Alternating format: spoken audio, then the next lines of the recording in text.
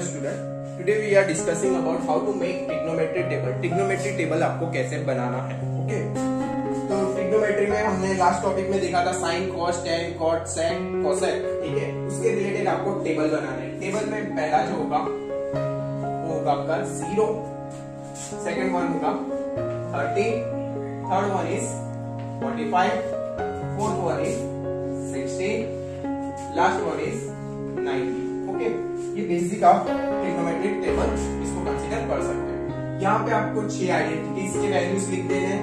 पहला होगा आपका साइन थीटा, सेकंड वन होगा कॉस थीटा, थर्ड वन होगा टेन थीटा, फोर्थ वन होगा कॉट थीटा, फिफ्थ वन होगा sec theta, last one is cosec theta, ठीक है?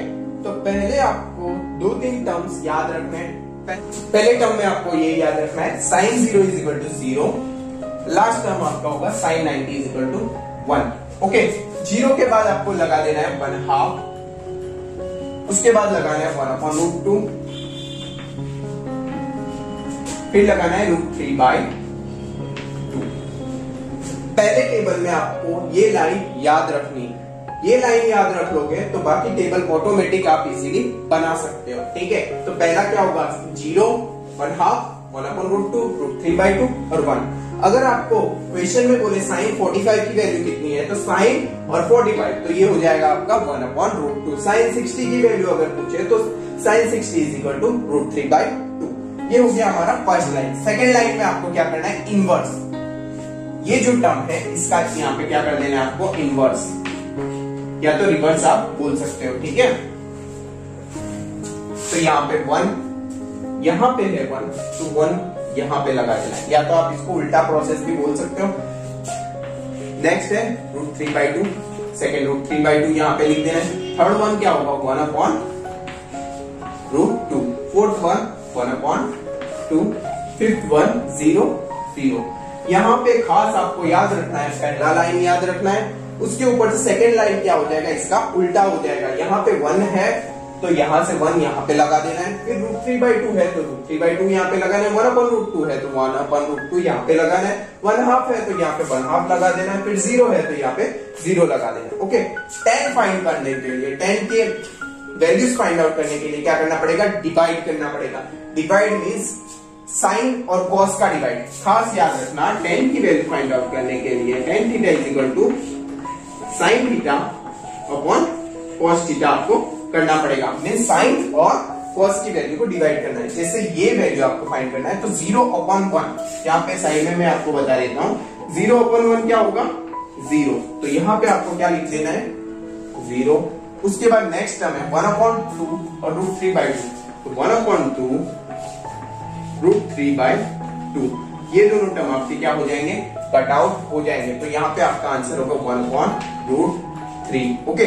थर्ड टर्म क्या हो जाएगा 1/√2, 1/√2, तो यहाँ पे आपको लिख देना है 1/√2, 1/√2। तो यहाँ पे सारे टर्म आपके कट आउट हो रहे हैं, मतलब आंसर क्या होगा ओनली 1, ओके? लास्ट टर्म होगा √3/2 अपॉन 1/2, तो यहाँ पे 2 कट हो रहा है, आंसर क्या मिलेगा आपको √3। अब यहाँ पे 1 है, जो 1 होगा वो √3/1, 1 अगर नीचे वैल्यू है तो उसकी वैल्यू यहाँ पे कंसीडर करनी नहीं है। अब 1090 की वैल्यू है हमारे पास 1/0, ठीक है? 1/0 की वैल्यू हम अभी तक फाइंड नहीं हुआ है, तो यहाँ पे आपको क्या लिख देना है, नॉट डिफाइंड, ठीक है? तो फिर से ये टेबल को रिवाइज कर लेते हैं। 10 की वैल्यू फाइंड आउट करना है, तो यहाँ पे 10 0 फाइंड करना है, तो 0 और 1 का डिवाइड, आपका आंसर होगा 0। 10 30 फाइंड आउट करना है, तो 1/2 √3/2, जैसे कि हम लोगों ने यहाँ पे किया है 1/2 √3/2, तो 2 आपका क्या हो जाएगा, कैंसिल आउट, तो आंसर होगा 1/√3। यहाँ पे सारे कैंसिल आउट हो जाएंगे डिवाइड में, तो आंसर क्या हो जाएगा 1। यहाँ पे 2 कैंसिल आउट हो जाएगा, आंसर क्या होगा √3, और 1/0 क्या हो जाएगा, not defined term, okay?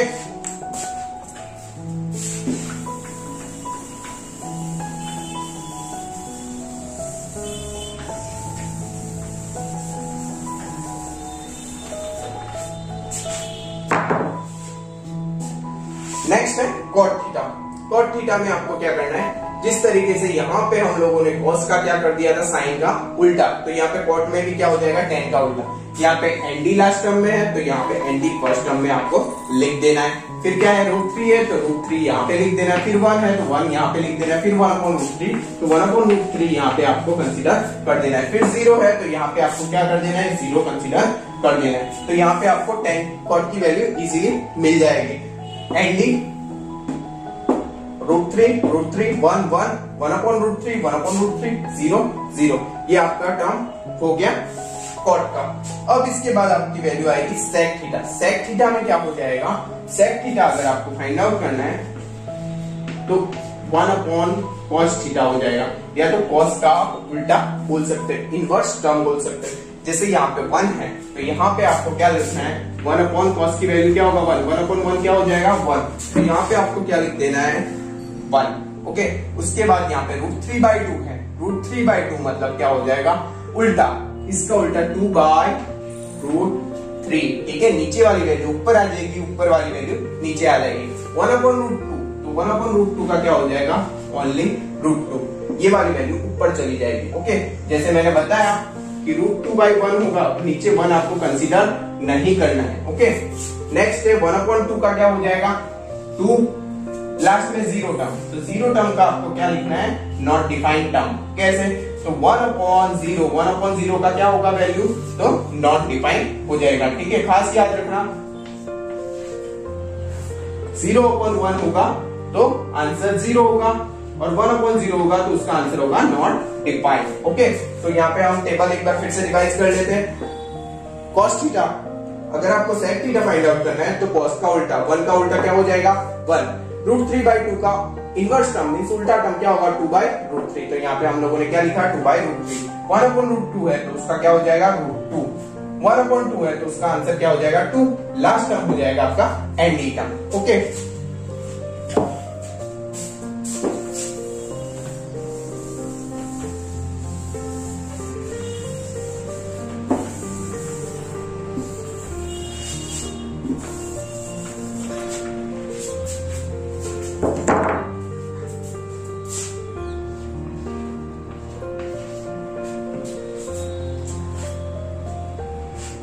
Now last one is cosec theta. cosec theta अगर आपको फाइंड आउट करना है तो सिंपल sec का उल्टा आपको कर देना है। sec का उल्टा मीन्स यहाँ पे nd है तो यहाँ पे आपको पहले nd लगा देना है, यहाँ पे 2 है तो यहाँ पे आपको 2 लगा देना है, यहाँ पे √2 है तो यहाँ पे आपको √2 लगा देना है, यहाँ पे क्या करना है आपको 2/√3 लगा देना है, और यहाँ पे 1 है तो ये आपका हो गया cosec थीटा की वैल्यूज। तो यहाँ पे पहला टर्म आपका क्या है, यहाँ पे nd है तो यहाँ पे nd लगा दो, यहाँ पे 2 है तो 2 लगा दो, √2 है तो √2 लगा दो, 2/√3 है तो 2/√3 लगा दो, और यहाँ पे 1 है तो 1 लगा दो। ठीक है, तो ट्रिग्नोमेट्री टेबल को आपको भूखना नहीं है, इजी वे है जिससे आप ट्रिग्नोमेट्री टेबल बना सकते हो और उसके बाद आप इसके रिलेटेड सम सॉल्व भी कर सकते हो। तो फिर से हम लोग एक बार रिवाइज कर लेते हैं। पहला जो है हमारे पास साइन की वैल्यूज कैसे फाइंड आउट करेंगे, तो 0 और 1/2 1/√2 और √3/2। फर्स्ट लाइन में आपको ये 3 चीजें याद रखनी है। सेकंड लाइन में आपको क्या करना है, cos का क्या हो जाएगा रिवर्स प्रोसेस, या तो आप यहाँ पे इस तरीके से r लिख दो, रिवर्स मीन्स उल्टा। ठीक है, तो यहाँ पे आपका क्या हो जाएगा, ये 1 है 1 √3/2 √3/2 1/2 1/√2 1/2 1/2 0 0। ओके, तो ये आपका हो गया reverse process. tan find out करना है तो क्या होगा, tan फाइंड आउट करना है तो यहाँ पे मैंने लिख के रखा है sin बाय cos। साइन और cos का आपको क्या कर देना है, सिंपली डिवाइड आउट कर देना है। डिवाइड करो, ये आंसर होगा 1/2 √3/2, दोनों को डिवाइड करो 1/√3 1/√2 डिवाइडेड बाय 1/√2, तो यहाँ पे आंसर आ जाएगा आपका 1 √3/2 1/√2, तो यहाँ पे क्या हो जाएगा √3/2 1/2, दोनों 2 कट, तो यहाँ पे आ जाएगा आपका √3 1/0, मतलब 1/0 आपका क्या हो जाएगा, नॉट डिफाइंड टर्म। खास याद रखना आपको, यहाँ पे जैसे 0/1 ले रहे हैं तो वो आपका होगा 0, 1/0 जो होगा वो आपका नॉट डिफाइंड टर्म हो जाएगा। ओके, नेक्स्ट है cot थीटा। cot थीटा में आपको क्या करना है, फिर से यहाँ पे मैं r लिख देता हूँ, मतलब रिवर्स प्रोसेस। तो रिवर्स प्रोसेस में सेम nd यहाँ पे है तो यहाँ पे भी nd हो जाएगा, √3 यहाँ पे है तो यहाँ पे √3 लगा दो, 1 यहाँ पे है तो 1 लगा दो, 1/√3 और 0। ठीक है, रिवर्स प्रोसेस। उसके बाद नेक्स्ट है sec थीटा। sec थीटा क्या हो जाएगा, cos का इनवर्स टर्म। cos का इनवर्स टर्म मतलब ये 1 है 1 1/cos, तो 1/1 तो क्या हो जाएगा आंसर 1। इसका इनवर्स टर्म मतलब ये ऊपर चला जाएगा 2/√3, यहाँ पे क्या हो जाएगा √2, यहाँ पे 2 हो जाएगा, यहाँ पे क्या हो जाएगा nd टर्म। उसके बाद लास्ट टर्म है cosec थीटा। cosec थीटा आपका क्या हो जाएगा फिर से रिवर्स टर्म मतलब nd 2 √2 और 1। ओके, तो यहाँ पे हम लोग लेक्चर कंप्लीट करते हैं। ये टेबल्स आपको अच्छे से प्रिपेयर करना है, लर्न करना है, इसके रिलेटेड सम्स आएंगे। ओके, तो इसके रिलेटेड सम्स करने से पहले ये टेबल आपको अच्छे से प्रिपेयर कर लेना है, 2-3 बार अच्छे से नोटबुक में लिख लेना है। ओके, अगर आपको कोई भी कंफ्यूजन है तो आप कमेंट सेक्शन में कमेंट कर सकते हो। Okay, thank you everyone.